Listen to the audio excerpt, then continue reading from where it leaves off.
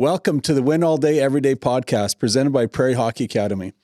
Our podcast is all about helping you build cultures of excellence in the sporting world, covering topics that hit home with you, our listeners, on an everyday basis. My name is Barret Kropf, and I'm your host for today's episode. It's our 19th episode. And if you could do us a favor, I'd really appreciate it if you could hit the subscribe button down below or wherever it is on your listening device. If you could give us a like, a thumbs up, whatever it might be. And also if you could share it with your friends and family. We're trying to all that we can to continue to promote and get word out there about the podcast, but it really requires you as our listeners to come alongside and join us on that journey to spread the word about all the stuff that we're talking about on this podcast. So last week we had on episode 18, Trinity Western University women's volleyball head coach Ryan Hofer. And Ryan was a fantastic guest, not only talking about how he's established a culture with his, perennial franchise championship, national championship team, but also just about how with him and his family, how their boys are volleyball prodigies, and how they manage that, trying to keep those boys humble and hungry at the same time. And, whether it's volleyball or, pickleball or hockey, football, doesn't matter. It's all about how you are managing your children, how you're working forward with them and establishing goals and guidelines for them. Ryan's got some great advice. So I encourage you to go back and give it a good listen. Lots of tips that he provides for you out there as parents.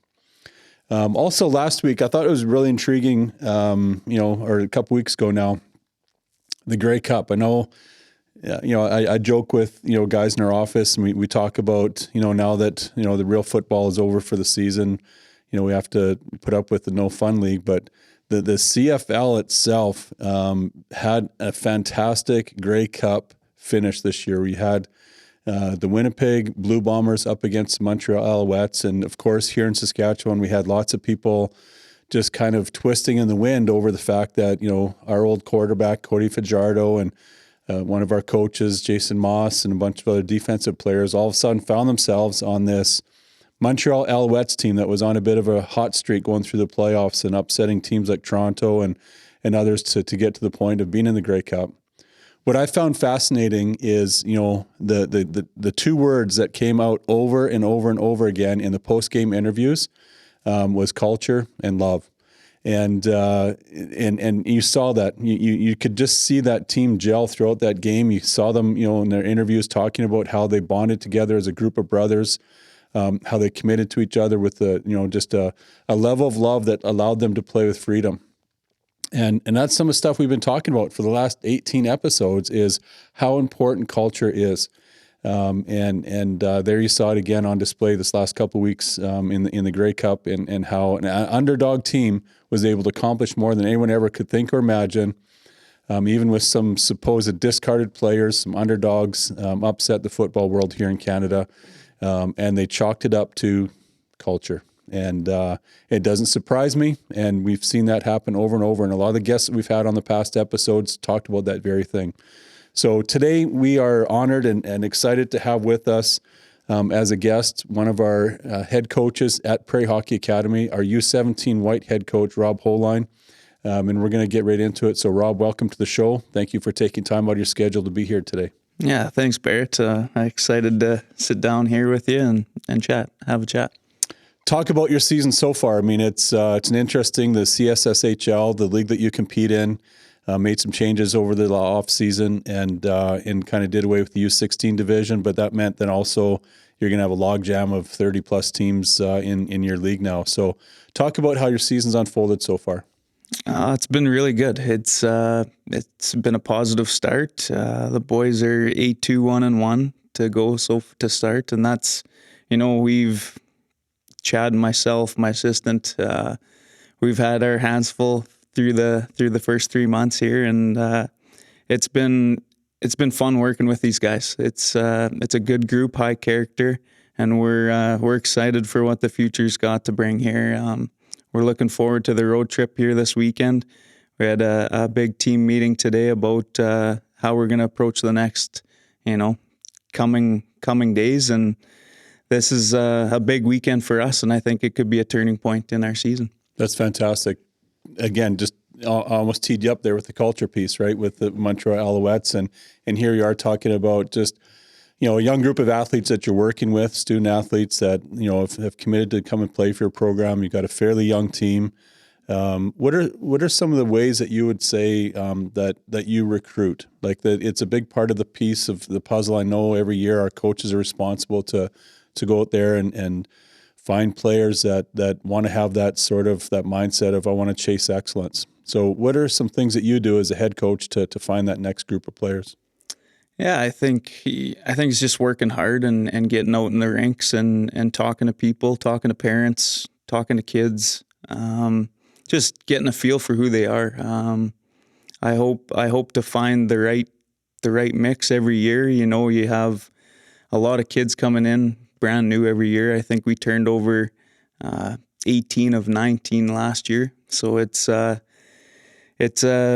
big flip flop from one year to the next, and it's almost like restarting every year. So you got to be on your game when you're recruiting. It's important who you bring in, and this year I'm really excited about this recruiting class and who we got on our team this year.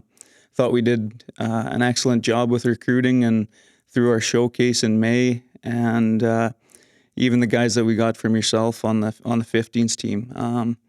Like our coaching staff is, extended to you guys. We're all in the same office, and the work you've done with the players that you had last year that we have this year, and we're benefiting from that work. We can't say enough. So. Right. I know we had a chance last month to compete at the Graham Tour tournament in Regina. It's, one of the largest in Western Canada for the U15 group. Scouts were crawling everywhere from every Western League, team had their whole allotment of scouts there. All the junior A scouts were there.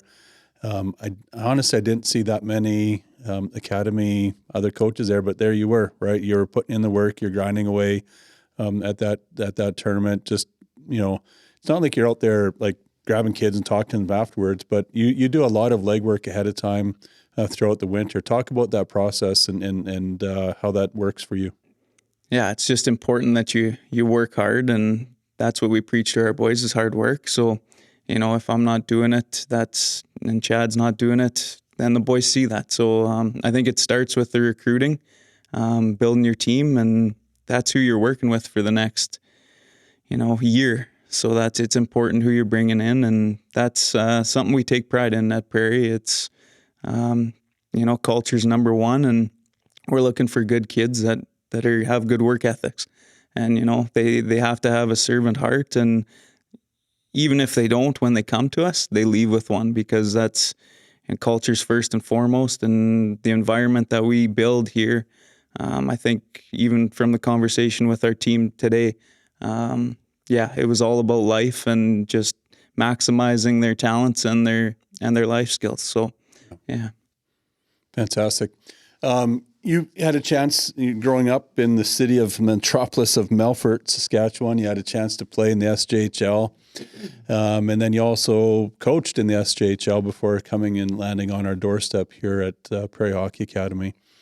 What are some things that for you, having gone through it as a junior player and junior coach, how are you now getting your players at Prairie, at the academy, ready for junior hockey? Even though they're U17s, they might not make the jump next year. Maybe there's potential there, but in the next year or two, what are you doing with your players to help them get ready for that jump?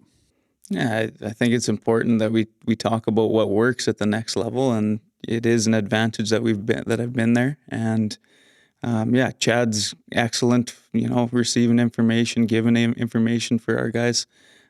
We talk about it every day, what works up there. And these guys, I think, trust in us that, we show them, we go watch junior games together, NCAA games.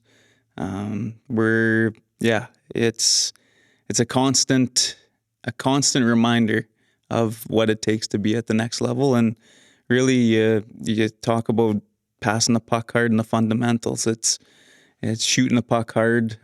We joke about it with the guys. It's rips. Like, that's what we say is you got to rip that puck. It's got to go through the net if you're going to score. And like the first drill, you're focusing on your passing and you're warming up the goalies, but then after that first warm up drill, you're trying to score every shot. It's like every time you shoot the puck, you should be shooting it like it's the last time you ever shoot one. So it's just those little habits, practice habits, and confidence, building confidence. Confidence is a big part of the game today. We talked about it today in our meeting again. Lots of this stuff is it's important. So it translates to the next level, and that's. I'm got the opportunity to coach the U15, so they're a bunch of young men trying to find their way. You've got the U17s, they're a group of young men trying to find their way. What have you, over the last couple of years at the academy, what are some of the things that you've seen as the biggest hurdle for a player to find success in their game? I think just consistency, maturity, and I think that comes with maturity. It's learning how to take care of their bodies. For lots on our team and lots, I think all of your team. It's the first time being away from home for them, and they're navigating a lot of things from relationships, family to schoolwork, how to take care of their body properly, get the proper rest, and they're doing it on their own. They're not near their parents, lots of them. So there's a big learning curve, but everything that we're doing is setting them up for junior. It's almost like a junior setting already. So right, yeah. You're a young coach. I know maybe some days you don't feel all that young, but you've got the opportunity. You got a long, coaching career ahead of you. Let's just talk about you for a minute here. What excites you? Like, what gets you out of the bed every day to drive the shuttle out to Prairie with the boatload of guys and have a smile on your face at the end of the day? What gets you going? Yeah, I think just loving the game and loving the kids. It's you have a chance every day to pour into kids and serve them, and it's not about us as coaches. It's not about us. It's pouring into these kids and getting their trust so that you can really help them to both maximizing their talents and maximizing life skills and all that stuff. So yeah, I'm thrilled to be going to the rink every day. It's a dream job, and yeah, I couldn't be more happy to be here and helping young men. Making the transition from coaching at the junior level, where there's lots of pressure to win and perform and win championships and whatnot. They always say you're hired to be fired, and there's that pressure that comes at junior and pro level. And I think that here at the academy, there's still that expectation to win. But what have you personally had to change, and what mindset as a coach have you had to change going from junior to the academy? Yeah, I think that's a good point. We're very fortunate at the academy level to just be developing young hockey players, and that's what it's about. The wins, you're lucky if you get them. It's that's a feather in the hat, but moving these guys on every year, trying to move as many guys on as high a level as possible. That's our job. So, it is a little bit relieving to know at the end of the day when you're going home that, if you do lose a couple, just an experience that we had in Calgary, we went 0-4 in a tournament, and, after the weekend, we learned a lot about our group and turned it into a positive. So, yeah, there's not the pressures of winning a championship and, having 3 to 5 years to win one or turn a program around. It's just fun coming to the rink and pouring into these young men. Yeah, and I see in you, the opportunity to see you guys in the office every day and how you interact with each other as coaches, but also how you interact with your players. And one of the things that I've really noticed about yourself is that you've got a servant heart. Like you lead from the front with your men. You're willing to roll up your sleeves and serve in the community, serve around the school. You're not the coach that's just kind of sitting up high in the saddle and just being like, yeah, you listen to me and I'll take you places. So I really appreciate that about you. And the other thing that I see in your servant heartedness is your desire to help those players get to the next level. And that requires a lot of extra time talking to scouts, talking to agents, really being an advocate for your players. When you are talking to those scouts out there, and whether you're calling them or they're calling you, what are some things that you're highlighting about your players? Well, first of all, thank you. I appreciate that. And just, I think when you get down to scouts, and talking to them, the truth has to come out, and that's something that we tell our players as well. Like we're not gonna lie about things because that's a reputation of an academy and a coach and our lives, right? So it's important that we do right when nobody's looking, and we have good character all the time. So we're telling scouts the truth. That's whether this kid works hard, has he got good body language, does he need some work at it? Maybe, but we're trying to develop young men, and I think scouts do notice with our players, especially, and teams. They've learned that PHA does develop humans, and I think we've seen that with some of our alumni already. They're all leaders wherever they are, and I think teams are more prone to take kids from PHA because of that and the leadership skills that they get with us. So Yeah. Yeah, I mean, we had the chance 2 weeks ago now to, the U17 Blue team had a home tournament, and they're a team that is, they're winning some games, they're losing some games, they're trying to find their way right now. But at the tournament that we hosted, there was a lot of scouts there, a lot of junior A scouts, and actually some Western League guys too. And it was really, for me, we had the weekend off, so I got to spend some time just kind of in the scouts room and having a coffee with the odd guy here and there to just field their questions and give them some inside piece of information that maybe they're not picking up on, during the game. And, they're asking questions about why this guy's on this team and not on that team, and, different things. Was this guy sick or whatever, and give them these tips. But one thing that was really exciting was one of our players got listed on the weekend. And the junior team that listed him has been watching him for the last 2 years.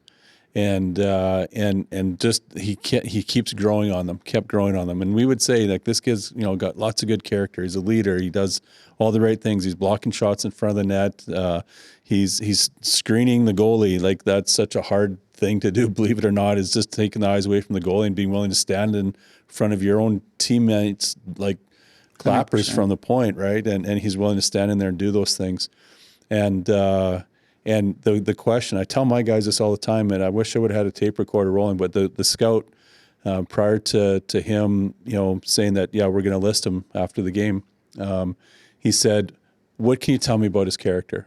And I had the chance for like that whole period just to sit there and talk about how this player is involved in the community, how he does different things, for his teammates, how he's a leader. And that's one of the reasons that he's on that team blue, because he's a great leader. And I'm sure that, this young athlete deserved full credit on his own. It wasn't because of what I, gave as information, but it was like a locking the lock on it. And they're just like, right after the game, I've got the player agreement right here. I want him to sign it. We'll get his parents agreeing to it. And I was just so excited because it's now a player then we can hold up as a standard bearer, a culture carrier, in our program to say, hey guys, listen, 2 years ago, this young student athlete probably had no chance to get to the next level, but he's been unbelievable in the classroom. He's worked his tail off in the gym. He does all the right things on the ice. His teammates love him. They'll go through a wall for him. And now he's the guy that's the first guy on his team this year to get listed and protected. So I'm excited about that. You're in the middle of your season. You've got lots of guys talking to you about some of your players. November is always that sort of time when there's lots of storms and grades are starting to get crunched down and expectations, and maybe I'm gripping the stick too much. What are some things that you've brought into your team to help them with things like rest and recovery? You said you had a tournament that you went to 0-4. You came back, you learned some things from it. What did you learn about that in regards to the rest and recovery side of things? Yeah, I think we learned that we were tired going into that tournament and didn't get the results that we wanted. But I think it's important, rest and recovery. These guys are young; they're growing bodies. They're recovering from breaking down their muscles. We're in the gym lots. We're on the ice every day. It's important for these guys to get the sleep, the nutrition, recover properly so that they're fresh on the ice when it comes to a game. It's and I know I think after that weekend, we took Sunday, Monday, Tuesday off from everything. Just gave them a reset. Didn't want them to think about hockey. Just, be a student for 3 days and go to school and take it easy. And then when we get back on the ice, let's get back to work. And we've seen a rejuvenated club. And that next weekend, we were 60 minutes, crash, bang, hard work. We're just super proud of our guys, the way they responded and came back to work. So yeah, that's fantastic. Yeah. And good on you guys for recognizing that maybe had some challenges. It's that, like I said, the heavy part of the season of November, and you guys, were able to figure that part of it out as a staff and move that onto your players' agenda. Talk about the standards that, like again, in November, there might be some dip of those standards, whether it's a rest and recovery or their nutritional habits or, just even grades. What are some things that you as a team has as standards? You talk about you had a big player meeting today. Did you raise the bar on your standards, and what were some of those things? What did they look like? Yeah, I think we hold our standards, and it's getting to school on time. It's good practice habits. It's respecting teachers.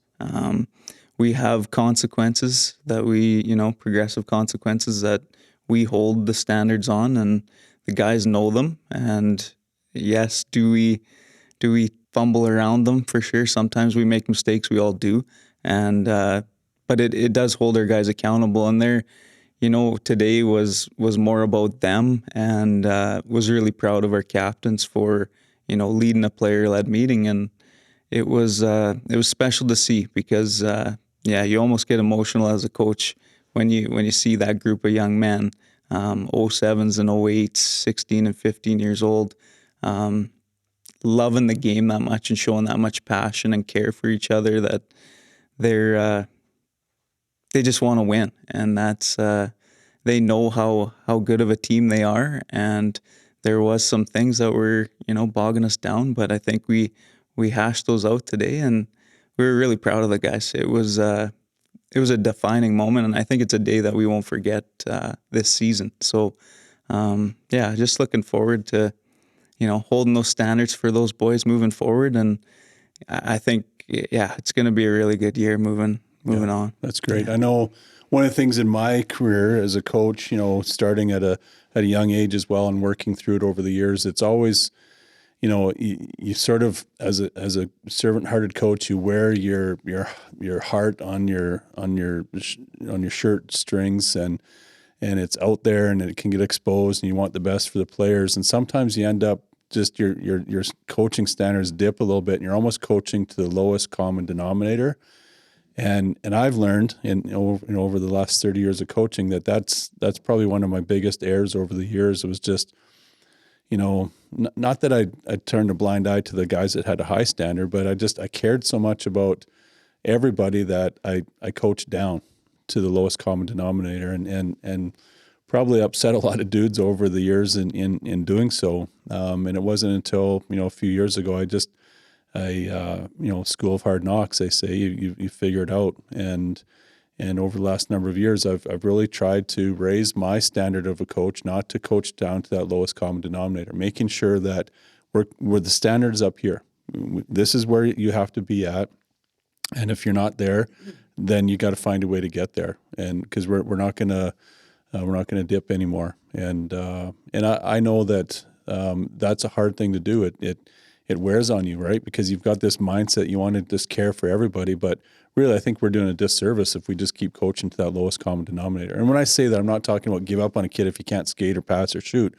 I'm just talking about, well, we can't dummy down every drill. We can't just say, well, you don't have to work hard today because you can't skate. It's like, no, everyone's working hard, and you got to find a way to get better. Maybe you have to go and, watch some more film on your game. Maybe you need to go and, we'll help you get a stronger stride or better edges or whatever it takes to get better. But we're not going to come down to your level anymore. You got to come up to the rest of the level.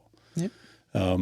In your, you're getting ready for the rest of the season, right? You got a couple games here yet before final exams and the Christmas break. what are you doing from a standard perspective to just kind of, raise the level and really set that, pin that high on the board for the rest of the semester? Yeah, I think, us as coaches, I think we know that their workload is heavy right now, and we've been on the road, lots of travel in November. So I think just, taking it easy on them and realizing that, hey, they got a lot of stuff to deal with, different angles coming at them all the time. Some kids are dealing with stuff at home, and I think just relaxing sometimes and just letting them have some fun too. I think that's important, and coaches taking some responsibility too for some of the downfalls and whatnot, and acknowledging the guys when they do deserve it. Like that's we've been playing really well lately, and yeah, just super proud of the guys right now. So we're giving them lots of credit. We got lots of energy in practice right now, and it's good to see from a coach. There's no worries for us heading into Christmas. So Yeah, that's great. We have a section here on the podcast where we talk about guide and provide, and it's a time in the show where we ask our guests to give us some insight into some advice that you'd give to a young player, and some advice that you'd pass on to parents, and then also to other young coaches. So let's start with players. What if you're writing a letter to a 13-year-old Rob Holoien, what are you saying to him? I think just to be coachable, and what that looks like is just buckling down, working hard, and being a good teammate. And then when you're asked to do something, or be willing to do it. It's a team game, and it's important that you fit into the team. It's not about you, and that's what we need moving forward as guys who want to be servant leaders, and that's what we're looking for all the time when we're recruiting, and we want to have guys that do the job right and get it done. So Yeah.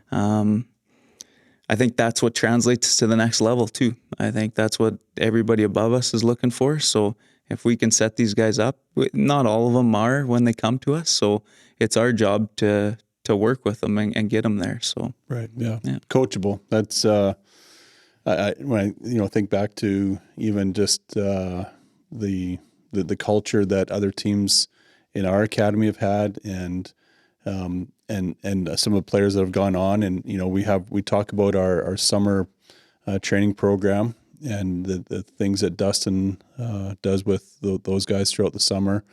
That's one of the things that they come back all the time and they're like, oh man, I'm so glad that I paid attention to Dustin, what you're teaching me, because I had the best test results. I had this, and I had a great season because I turned that page over. I became, I was the guy in junior, and I didn't need to be all that coachable, but you helped me understand that in order for me to go pro, I had to be coachable. 100%. And it was really cool to see, Dustin's phone buzzing during training camps a couple months ago with all these guys just, sharing a short little testimony of, that was for me the biggest turning point in my career, and to see that. So whether they're 13 or whether they're 21 trying to go to play pro, being coachable is a very valuable lesson. So appreciate that. 100%. Obviously at the academy, we're dealing with parents all the time. And I think, we try to take that approach of we want to be standing shoulder to shoulder with our parents. This isn't just drop your kid off at a reform school and we'll hopefully get them, get them someplace. That's not how we are in any way, shape, or form. We want to make sure that our parents understand this is a partnership. And so there's parents out there listening, that, they're considering, is academy hockey good for my kid? And we can sit here and talk about, we've had, over 60 practices already at this point in the season, played a plethora of games. They're on the ice, I guess, with those 60 plus ice times even before Christmas, where in a regular minor hockey season, you might only get 50 the entire year. So their development's going off the charts. They're in the weight room learning how to lift properly. Their teachers actually truly care about them. They're not just, plopped in front of some computer and some online learning. This is actually deep learning that they're getting. But there's still that stress out there with parents that they're like, man, is is academy hockey. Is this something that I should be sending my young son or daughter to?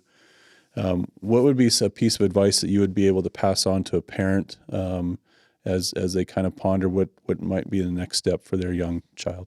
Yeah, I think it's important that you let him go with the team that he's on, and let the coaches do their job, and set the kid up to be coachable. And that's, I think, if you're pulling them in a different direction than the team, I think that it can be detrimental to the kid. And I think, our parents have been great over the past 2 seasons.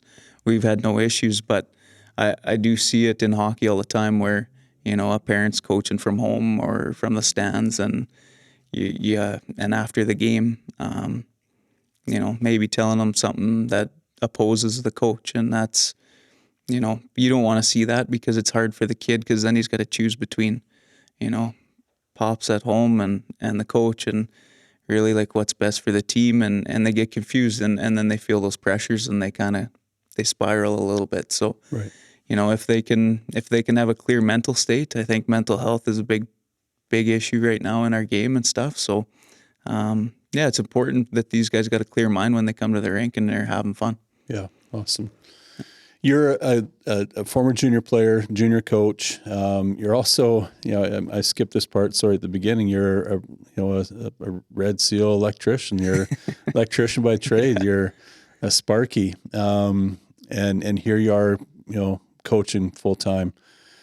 What is some advice that you'd give out to some other guys and ladies that are out there that are just like, man, I love the game. I want to give back. I want to serve. And whether it's giving back at the minor hockey level, whether they want to, pursue, coaching junior and pro and beyond, or even here at the academy, what are some things that you went through, and wish that someone maybe had given you some advice earlier? Again, almost what kind of a letter would a 25-year-old Rob Holoien write to another young coach?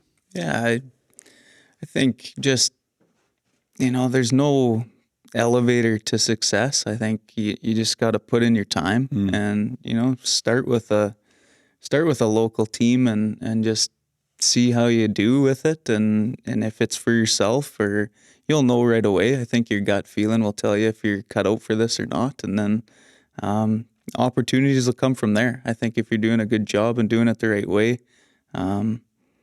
just be true to yourself. Don't be authentic. That's probably the biggest thing. Is I learned that from Braden Klamosko in Battlefords, and Wiley Riendo there. Just be yourself. Kids are smart these days. It's you're not fooling anybody if you're trying to be somebody you're not. And then the opportunities will come when they're supposed to. Don't be looking for the next job over your shoulder and trying to move on. I think just be good where you're at, and life will work itself out. Right on. Well, this has been a great episode. We really appreciate you taking time out to be here, Rob. There's lots of nuggets that we're going to be able to unpack, and our listeners are really going to enjoy this segment in terms of just, talking about kids being coachable, making sure that parents are just there to guide and provide and help their child through and navigate the game with some joy and not with so much pressure, and living vicariously through to, that first round NHL draft pick. I mean, there's got to be that humble hungriness that we provide for the boys and girls that are playing the game out there. But I think you strike it there in terms of just let them have some fun and enjoy the game. And I see it every day. Like I said, get the pleasure of watching you and Chad navigate with your team, and wish you guys all the best this upcoming, second half of the season. And hopefully we see a lot of your alumni, giving back to the game, whether it's as a player, as a parent, or even as a coach down the road. So thanks for being on the show today. Yeah, thanks, Barret. It's a pleasure to be a part of the PHA group, and the family's great. Awesome. Yeah. You have been enjoying the 19th episode of the Win All Day Every Day podcast. I really appreciate you joining us today.